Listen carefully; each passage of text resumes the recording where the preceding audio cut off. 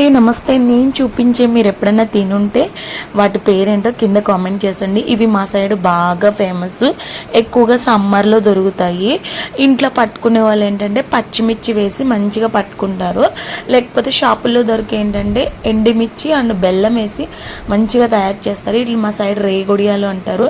Taste చాలా బాగుంటుంది. వీటిని ఎక్కువగా తాటి బెల్లంతో తయారు చేస్తారు. టేస్ట్ అయితే చాలా బాగుంటుంది. ఒక్కటి తిందామని కూర్చుంటే ఒక 10 అయితే తినేస్తాము. ఒకసారి ఇంటి పక్క అక్కకైతే ఈ టేస్ట్ అయితే చూపించాను. తనకి చాలా బాగా నచ్చి అయితే నేను ఎప్పుడు ఊరికెళ్ళినా తీసుకురమ్మంటుంది. తన కోసం అయితే 2 ప్యాకెట్స్ తెప్పించాను. ఒక్కొక్క ప్యాకెట్లో 20 ఉంటాయి అనమాట.